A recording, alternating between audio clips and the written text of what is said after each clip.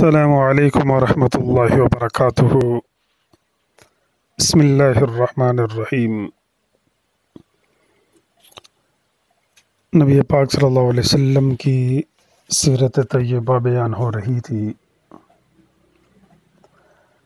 اس کے بعد قریش کے وفد کو سرکاری مہمان خانے میں ٹھہرا دیا گیا۔ ان کی خوب خاطر مدارت کی گئی، یہاں تک کہ 1 ماہ گزر گیا۔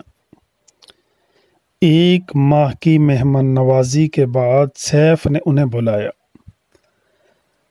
عبد المطلب کو اپنے پاس بلا کر اس نے کہا، اے عبد المطلب، میں اپنے علم کے پوشیدہ رازوں میں سے ایک راز تمہیں بتا رہا ہوں۔ تمہارے علاوہ کوئی اور ہوتا تو میں ہرگز نہ بتاتا۔ تم اس راز کو اس وقت تک راز ہی رکھنا جب تک کہ خود اللہ تعالیٰ اس کو ظاہر نہ فرما دے۔ ہمارے پاس ایک پوشیدہ کتاب ہے، وہ پوشیدہ رازوں کا ایک خزانہ ہے، ہم دوسروں سے اس کو چھپا کر رکھتے ہیں۔ میں نے اس کتاب میں ایک بہت عظیم الشان خبر اور ایک بڑے خطرے کے بارے میں پڑھ لیا ہے، اور وہ آپ کے بارے میں ہے۔ عبد المطلب یہ باتیں سن کر حد درجہ حیرت زدہ ہوئے اور پکار اٹھے، میں سمجھا نہیں، آپ کیا کہنا چاہتے ہیں؟ سنو عبد المطلب، جب تہامہ کی وادی یعنی مکہ میں ایسا بچہ پیدا ہو جس کے دونوں کاندھوں کے درمیان گھنے بال ہوں یعنی مہر نبوت ہو، تو اسے امامت اور سرداری حاصل ہوگی، اور اس کی وجہ سے تمہیں قیامت تک کے لیے اعزاز ملے گا، عزت ملے گی۔ عبد المطلب نے یہ سن کر کہا، اے بادشاہ، اللہ کرے آپ کو بھی ایسی خوش بختی میسر آئے، آپ کی ہیبت مجھے روک رہی ہے، ورنہ میں آپ سے پوچھتا کہ اس بچے کا زمانہ کب ہوگا۔ بادشاہ نے جواب میں کہا، یہی اس کا زمانہ ہے، وہ اسی زمانے میں پیدا ہوگا یا پیدا ہو چکا ہے۔ اس کا نام محمد ہے، اس کی والدہ کا انتقال ہو جائے گا، اس کے دادا اور چچا اس کی پرورش کریں گے۔ ہم بھی اس کے آرزو مند رہے کہ وہ بچہ ہمارے ہاں پیدا ہو۔ اللہ تعالیٰ اسے کھلے عام ظاہر فرمائے گا، اور اس کے لیے ہم میں سے یعنی مدینہ کے قبیلے خزرج میں سے اس نبی کے مددگار بنائے گا۔ بادشاہ نے ہم میں سے اس لیے کہا کہ خزرج اصل میں یمن کے لوگ تھے، ان کے ذریعے اس نبی کے خاندان اور قبیلے والوں کو عزت حاصل ہوگی، اور ان کے ذریعے اس کے دشمنوں کو ذلت ملے گی، اور ان کے ذریعے وہ تمام لوگوں سے مقابلہ کرے گا، اور ان کے ذریعے زمین کے اہم علاقے فتح ہو جائیں گے۔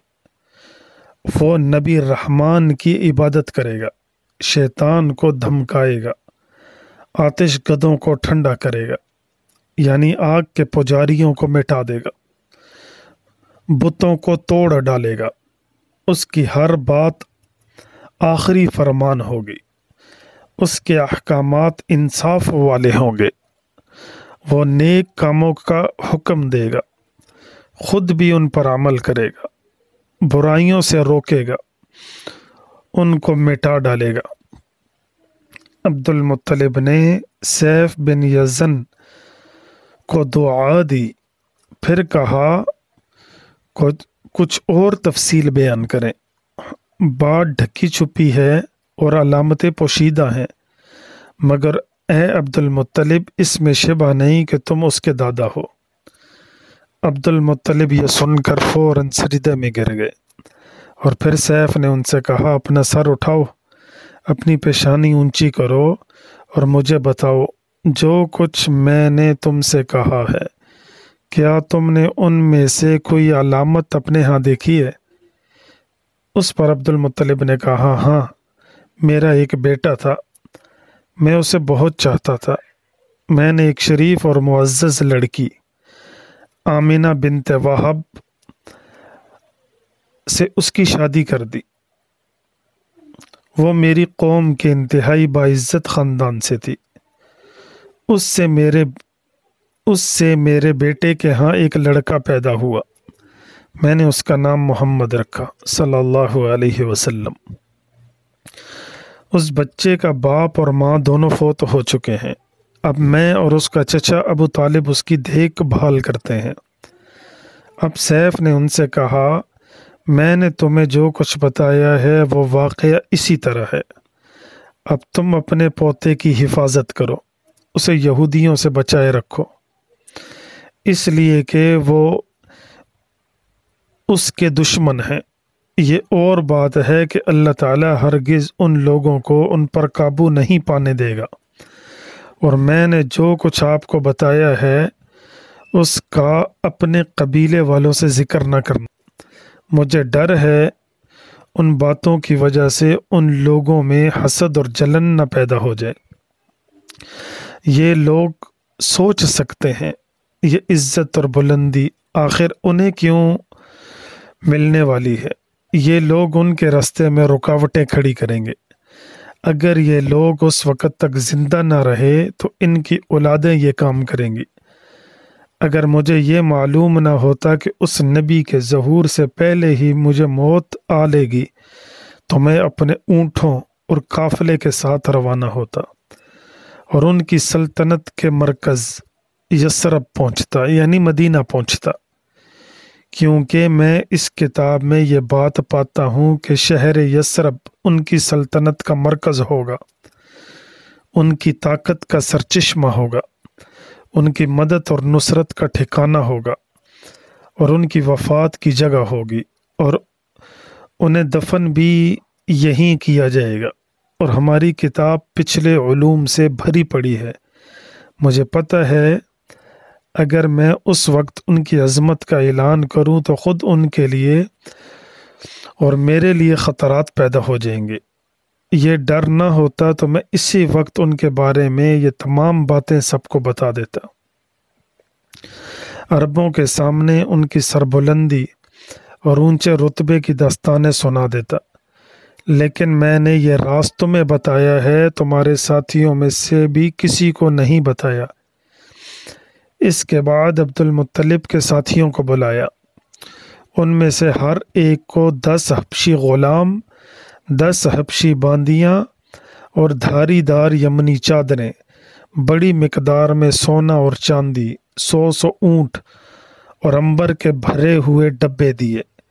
پھر عبد المطلب کو اس سے 10 گنا زیادہ دیا اور بولا، سال گزرنے پر میرے پاس ان کی خبر لے کر آنا اور ان کے حالات بتانا۔ سال گزرنے سے پہلے ہی اس بادشاہ کا انتقال ہو گیا۔ عبد المطلب اکثر اس بادشاہ کا ذکر کیا کرتے تھے۔ آپ کی عمر 8 سال کی ہوئی تو عبد المطلب کا انتقال ہو گیا۔ اس طرح ایک عظیم سرپرست کا ساتھ چھوٹ گیا۔ اس وقت عبد المطلب کی عمر 95 سال تھی۔ تاریخ کی بعض کتابوں میں ان کی عمر اس سے بھی زیادہ لکھی ہے۔ جس وقت عبد المطلب کا انتقال ہوا آپ ان کی چارپائی کے پاس موجود تھے۔ آپ رونے لگے۔ عبد المطلب کو حجون کے مقام پر ان کے دادا قصی کے پاس دفن کیا گیا۔ مرنے سے پہلے انہوں نے نبی کریم صلی اللہ علیہ وسلم کو اپنے بیٹے ابو طالب کے حوالے کیا۔ ابو طالب آپ کے نگران ہوئے۔ انہیں بھی آپ سے بے تحاشا محبت ہو گئی۔ ان کے بھائی عباس اور زبیر بھی آپ کا بہت خیال رکھتے تھے۔ پھر زبیر بھی انتقال کر گئے تو آپ کی نگرانی آپ کے چچا ابو طالب ہی کرتے رہے۔ انہیں بھی نبی کریم صلی اللہ علیہ وسلم سے بہت محبت تھی۔ جب انہوں نے آپ کی برکات دیکھی، معجزے دیکھے تو ان کی محبت میں اور اضافہ ہو گیا۔ یہ مالی اعتبار سے کمزور تھے۔ 2 وقت سارے گھرانے کو پیٹ بھر کر کھانا نہیں ملتا تھا، لیکن جب نبی کریم صلی اللہ علیہ وسلم ان کے ساتھ کھاتے تو تھوڑا کھانا بھی ان سب کے لیے کافی ہو جاتا، سب کے پیٹ بھر جاتے۔ اسی لیے جب دوپہر یا رات کے کھانے کا وقت ہوتا اور سب دسترخوان پر بیٹھتے تو ابو طالب ان سے کہتے، ابھی کھانا شروع نہ کرو، میرا بیٹا آ جائے پھر شروع کرنا۔ پھر آپ تشریف لے آتے اور ان کے ساتھ بیٹھ جاتے۔ آپ کی برکت اس طرح ظاہر ہوتی کہ سب کے سیر ہو جانے کے بعد بھی کھانا بچ جاتا۔ اگر دودھ ہوتا تو پہلے نبی کریم صلی اللہ علیہ وسلم کو پینے کے لیے دیا جاتا، پھر ابو طالب کے بیٹے پیتے، یہاں تک کہ ایک ہی پیالے سے سب کے سب پی لیتے، خوب سیر ہو جاتے اور دودھ پھر بھی بچ جاتا۔ ابو طالب کے لیے ایک تکیہ رکھا رہتا تھا، وہ اس سے ٹیک لگا کر بیٹھتے تھے۔ رسول اللہ صلی اللہ علیہ وسلم تشریف لاتے تو آ کر سیدھے اس تکیے کے ساتھ بیٹھ جاتے۔ یہ دیکھ کر ابو طالب کہتے، میرے بیٹے کو اپنے بلند مرتبے کا احساس ہے۔ ایک بار مکہ میں قحط پڑ گیا، بارش بالکل نہ ہوئی۔ لوگ ایک دوسرے سے کہتے تھے، لات اور عزا سے بارش کی دعا کرو، پھر کہتے تھے تیسرے بڑے بت منات پر بھروسہ کرو۔ اسی دوران ایک بوڑھے نے کہا، تم حق اور سچائی سے بھاگ رہے ہو، تم میں ابراہیم علیہ السلام اور اسماعیل علیہ السلام کی نشانی موجود ہے، تم اسے چھوڑ کر غلط راستے پر کیوں جا رہے ہو؟ اس پر لوگوں نے اس سے کہا، کیا آپ کی مراد ابو طالب سے ہے؟ اس نے جواب میں کہا، ہاں، میں یہی کہنا چاہتا ہوں۔ اب سب لوگ ابو طالب کے گھر کی طرف چلے۔ وہاں پہنچ کر انہوں نے دروازے پر دستک دی تو ایک خوبصورت آدمی باہر آیا۔ اس نے تہبند لپیٹ رکھا تھا۔ سب لوگ اس کی طرف بڑھے اور بولے، اے ابو طالب، وادی میں قحط پڑا ہے، بچے بھوکے مر رہے ہیں، اس لیے آؤ اور ہمارے لیے بارش کی دعا کرو۔ چنانچہ ابو طالب باہر آئے، ان کے ساتھ رسول اللہ صلی اللہ علیہ وسلم بھی تھے۔ آپ ایسے لگ رہے تھے جیسے اندھیرے میں سورج نکل آیا ہو۔ ابو طالب کے ساتھ اور بھی بچے تھے، لیکن انہوں نے آپ ہی کا بازو پکڑا ہوا تھا۔ اس کے بعد ابو طالب نے آپ کی انگلی پکڑ کر کعبے کا طواف کیا۔ یہ طواف کر رہے تھے اور دوسرے لوگ آسمان کی طرف نظر اٹھا اٹھا کر دیکھ رہے تھے، جہاں بادل کا ایک بھی ٹکڑا نہیں تھا۔ لیکن پھر اچانک ہر طرف سے بادل گھر گھر کرانے لگے۔ اس قدر زوردار بارش ہوئی کہ شہر اور جنگل سیراب ہو گئے۔ ابو طالب ایک بار ذوالمجاز کے میلے میں گئے۔ یہ جگہ عرفات سے تقریباً 8 کلومیٹر دور ہے۔ ان کے ساتھ رسول اللہ صلی اللہ علیہ وسلم بھی تھے۔ ایسے میں ابو طالب کو پیاس محسوس ہوئی۔ انہوں نے آپ سے کہا، بھتیجے، مجھے پیاس لگی ہے۔ یہ بات انہوں نے اس لیے نہیں کہی تھی کہ آپ کے پاس پانی تھا، بلکہ اپنی بے چینی ظاہر کرنے کے لیے کہی۔ چچا کی بات سن کر آپ فوراً سواری سے اترے اور بولے، چچا جان، آپ کو پیاس لگی ہے؟ انہوں نے کہا، ہاں بھتیجے، پیاس لگی ہے۔ یہ سنتے ہی آپ نے ایک پتھر پر اپنا پاؤں مارا۔ جو ہی آپ نے پتھر پر پاؤں مارا، اس کے نیچے سے صاف اور عمدہ پانی پھوٹ نکلا۔ انہوں نے ایسا پانی پہلے کبھی نہیں پیا تھا۔ خوب سیر ہو کر پانی پیا۔ پھر انہوں نے پوچھا، بھتیجے، کیا آپ سیر ہو چکے؟ نبی کریم صلی اللہ علیہ وسلم نے فرمایا، جی ہاں۔